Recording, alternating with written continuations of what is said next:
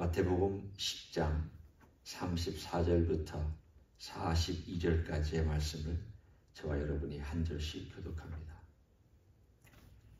내가 세상에 화평을 주러 온 줄로 생각하지 말라. 화평이 아니요 검을 주러 왔노라. 내가 온 것은 사람이 그 아버지와 딸이 어머니와 며느리가 시어머니와 불화하게 하려 함이니 사람의 원수가 자기 집안 식구리라. 아버지나 어머니를 나보다 더 사랑하는 자는 내게 합당하지 아니하고 아들이나 딸을 나보다 더 사랑하는 자도 내게 합당하지 아니하며 또 자기 십자가를 지고 나를 따르지 않는 자도 내게 합당하지 아니하리라. 자기 목숨을 얻는 자는 잃을 것이요 나를 위하여 자기 목숨을 잃는 자는 얻으리라. 너희를 영접하는 자는 나를 영접하는 것이요 나를 영접하는 자는 나를 보내신 이를 영접하는 것이니라. 선지자의 이름으로 선지자를 영접하는 자는 선지자의 상을 받을 것이요 의인의 이름으로 의인을 영접하는 자는 의인의 상을 받을 것이요 같이 읽습니다. 또 누구든지 제자의 이름으로 이 작은 자 중 하나에게 냉수 한 그릇이라도 주는 자는 내가 진실로 너희에게 이르노니 그 사람이 결단코 상을 잃지 아니하리라 하시니라. 아멘. 예수 그리스도의 복음은 대단히 선명합니다. 물론 내용도 선명하지만 사실은 주님이 요청하는 것도 대단히 선명합니다. 우리 인간관계는 어떤 경우는 그렇게 선명하지 않을 때가 많습니다. 의견이 서로 다를 경우에 그 사람의 의견도 일리가 있고 이 사람의 의견도 일리가 있는 그런 경우도 많고 또 이 사람이 옳다 하더라도 그 옳다라는 것을 어떤 때는 너무 막 주장을 내세워서 강조할 수 없을 때도 있습니다. 또 교회 안에서 작은 허물들이 있을 때 막 그 허물들을 들춰내고 네가 잘했느냐, 네가 못했느냐라고 할 수 없는, 그래서 허물을 덮어주는, 성경에도 허물을 덮어줄 수 있는 그런 것도 있습니다. 그러니까 이런 어떤 영역들을 보면은 인간관계는 좀 타협할 수 있고 서로 좀 주거니 받거니 도울 수 있는 그런 꼭 회색지대라면 회색지대로 할 수도 있고 애매하면 애매하다고 할 수도 있고 또 주님께서 말씀하신 내용 가운데도 너희를 반대하지 않는 자는 꼭 너희를 어게인스트 하는 그런 사람만은 아니다. 그러니까 그들 관계 속에서 있을 때에는 주님께서 어느 정도 허용되는 범위가 있다는 것을 말씀해 주셨습니다. 하지만 주님과의 관계에서는 허용되지 않는 게 있습니다. 오늘 본문에 나와 있는 내용이 그것입니다. 복음을 다른 말로 얘기한다면, 다른 각도에서 얘기한다면 주님과의 관계입니다. 그리고 주님과의 관계 속에서 내가 주님을 따르고 있다는 것이 복음이요, 복음에 대한 생활입니다.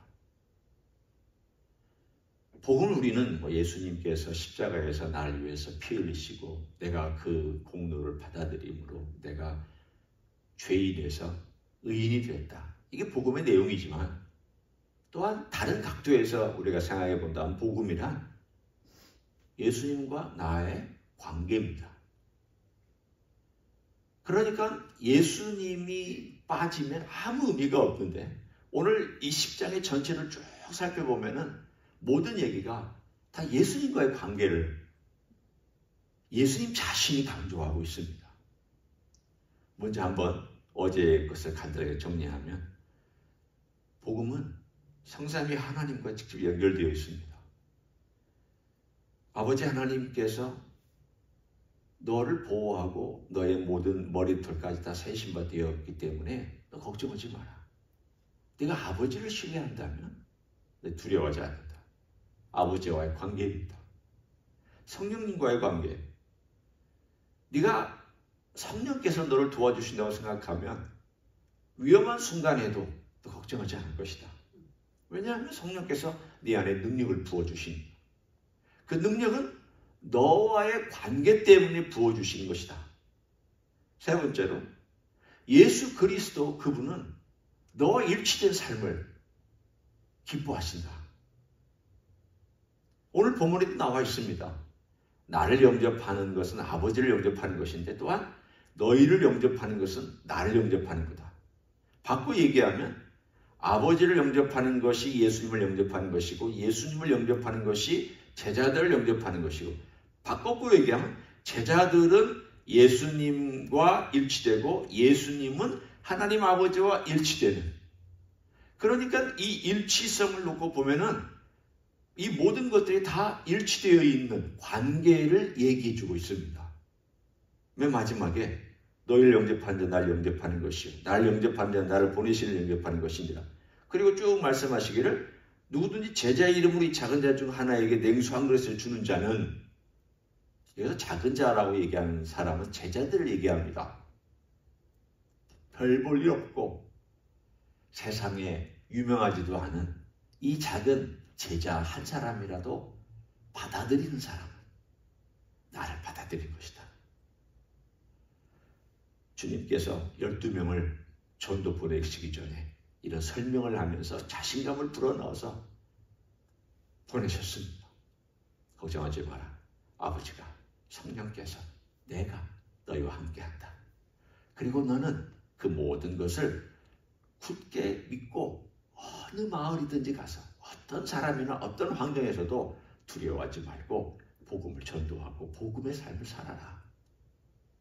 모든 내용은 다 관계에 있습니다. 결국은 누가 복음대로 사느냐? 그 얘기는 예수님과의 관계가 어떻느냐? 이것을 아는 시금설입니다. 그러면 그 관계에서 우리가 뭘 파생되어서 알 수 있을까? 내가 예수님과의 관계, 내가 예수님을 따르고 내가 예수님의 제자고 내가 예수님의 복음을 받아들였고 예수 그리스도의 복음대로 살고 있다는 것을 어떻게 알 수 있느냐? 주님께서 두 가지 관계에서 한번 체크해 보라고 말씀해 주셨습니다. 첫 번째 관계는 너의 가장 가까운 식구들이나 그리고 네가 가장 이익관계에 있는 사람이나 네가 가장 사랑하는 사람이라고 생각하는 그 사람과의 관계에서 한번 내 관계를 체크해라. 오늘 여기에 보면 예수님께서 말씀하시기를 내가 세상에 화평을 주러 온 줄로 생각하지 말라. 화평이 아니고 검을 주러 와노라. 어떻게 보면은 대단히 역설적인 메시지입니다. 예수님이 세상에 화평 주러 오셨습니다. 십자가는 화평입니다. 깨진 관계에 이어주고 막힌 담 허물어뜨리는 화평을 주시기 위해서 오셨습니다. 그런데 왜 여기 와서는 내 세상에 화평을 주러 온 줄로 생각하지 말라. 화평이 아니고 검을 주러 왔노라. 이렇게 반대로 말씀하셨습니까? 네, 초점이 다릅니다. 지금 다루고자 하는 주제가 다릅니다. 이 주제는 관계성에서의 주제를 얘기합니다. 다른 말로 얘기하면 네가 나를 사랑한다면 그 사랑은 어떤 사람을 사랑하는 것보다 더 강해야 되고 먼저 앞서야 되고 그리고 모든 것에 우선순위가 있어야 된다. 이 뜻입니다. 그러면 내가 거기 가장 우선순위를 두게 되면 어떤 문제가 생기느냐? 다른 관계는 소홀해질 수 있습니다. 상대적으로. 성경에 보면 이런 표현이 있죠. 내가 에서는 미워하였고 야곱은 사랑하였다. 이 표현은 감정적인 표현이라기보다 하나님께서 야곱을 선택해서 그 우선순위를 거기다 두셨기 때문에 에서는 그 선택한 그 다음이 되는 바람에 미워하는 것처럼 선택이 되고 두 번째 자리에 밀려났다는 것을 말합니다. 그러니까 첫 번째가 너무 강하면 두 번째는 약해지는 법입니다. 마치 태양과 달과 같은 관계를 얘기합니다. 태양이 너무 강렬하기 때문에 달이 아무리 떠 있어도 안 보이는 것처럼 그 태양의 빛이 가려지는 것처럼 되는 것을 그렇게 성경은 표현합니다. 마찬가지입니다. 내가 예수님을 사랑하면 아버지와의 관계에서도 예수님이 더 앞서야지 아버지와의 관계가 앞서서는 안 됩니다. 그 말은 아버지를 사랑하지 말라는 뜻이 아닙니다. 사랑하지만 아버지가 복음을 믿지 말라고 할 때나 너를 핍박할 때 너는 아버지나 나중에 누구를 선택하겠느냐, 그 이야기를 주님 하셨습니다. 오늘도 우리에게 계속 하십니다. 이 이야기는 어떻게 생각하면 우리의 삶 가운데서 우리가 그래도 복음을 선택했기 때문에 여기까지 오지 않았습니까? 제가 어렸을 때 친구 한 사람이, 고등학교 때 이야기입니다. 같은 반에 있는 친구였는데 그 친구가 집에서 쫓겨났습니다. 쫓겨난 이유가 뭐냐면 예수 믿는다고 쫓겨났습니다. 그 당시에는 그런 일이 있었지 않습니까? 제가 초등학교, 중학교, 고등학교 다닐 때만 해도 그런 일이 가끔 있었습니다. 그래서 이 친구가 어쩔 수 없어서 믿는 친척 집에 가서 거하기도 하고 이랬던 그 참 어렵게 그렇게 살고 있었던 그 친구가 지금 생각이 납니다. 그러니까 결국은 예수님을 믿고 교회 생활을 하기 위해서 집안에서 너 예수 믿지 마라, 교회 다니지 마라, 너 만약에 그렇게 계속 고집 피우면 너 집안에서 쫓겨난다. 이게 말로만 그럴 줄 알았는데 실제로 그 아버지가 그 자식을 쫓아내버리는 바람에 그렇게 거리로 나와앉았던 그런 이야기를, 그때도 그런 일이 있었다. 우리나라에도 그런 일이 있었다. 앞으로 이런 일들이 계속 일어날 것은 과거에도 있었고 지금도 현재 미국은 아니라 할지라도 다른 나라에서 계속 있고 또 앞으로도 있을 것이고, 이 모든 것들이 뭘 판단하는 기준이냐, 누굴 더 사랑하느냐에 대한 판단 기준입니다. 두 번째는 자기의 관계입니다.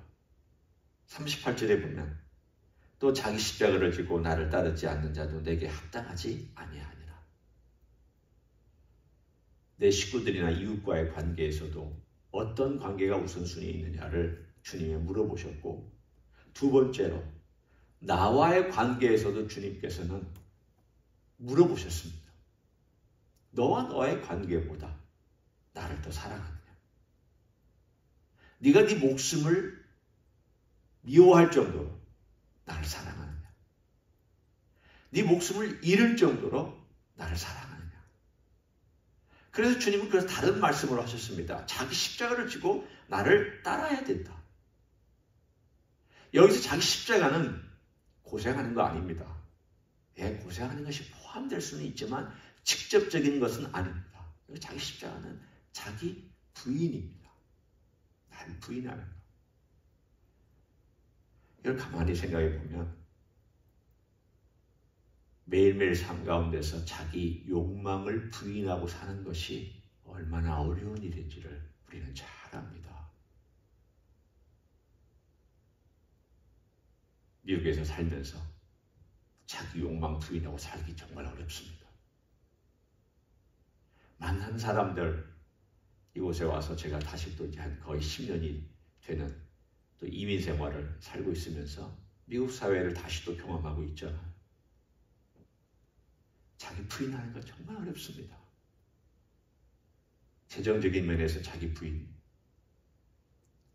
인간관계에서 자기 부인, 자기 성질대로 하는 것, 자기 욕망대로 하는 것, 자기가 원하는 것을 이루려고 할 때의 자기 부인, 또는 어떤 인간관계에서 내 의견이 있지만 그 여러 가지 상황을 볼 때 꼭 내 의견이 아니더라도 괜찮을 때 자기 의견을 포기할 줄 아는 자기 부인.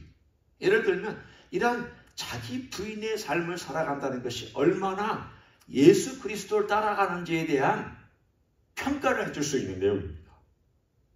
결국 어쩌면 우리에게 이 34절부터 42절까지 제일 어려운 것 중에 하나가 있다면 저는 이 38절과 39절이라고 생각합니다.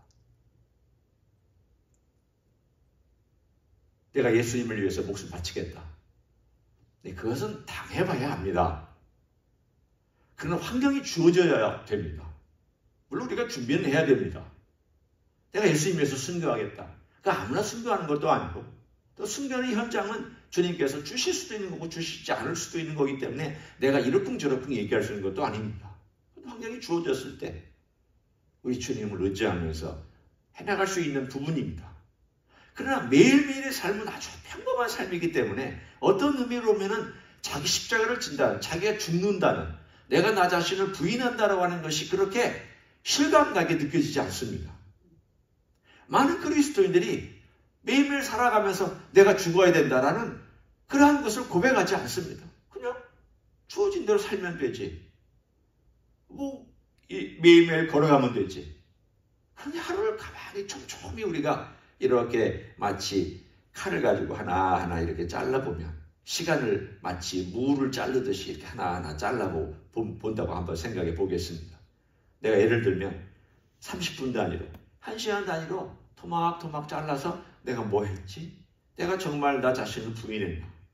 그리고 나 자신의 욕망이나 내가 가지고 있었던 생각들을 부인할 줄 알았는가? 그리고 주님의 생각을 따라가려고 내가 내 생각을 주님의 생각에 복종시켰는가? 주님의 뜻에 내 욕망을 복종시켰는가? 내가 가지고 있었던 기질이나 여러 가지 것들을 주님의 뜻과 주님의 원하시는 성품에 복종시켰는가? 구체적으로 한 시간 단위별로 만약에 생각한다면 생각보다 자세하게 자기 자신을 살펴볼 수가 있습니다. 많은 경우에 그렇게 하지 못할 때가 있습니다. 주님은 거기까지도 요청하십니다. 네가 나의 제자냐?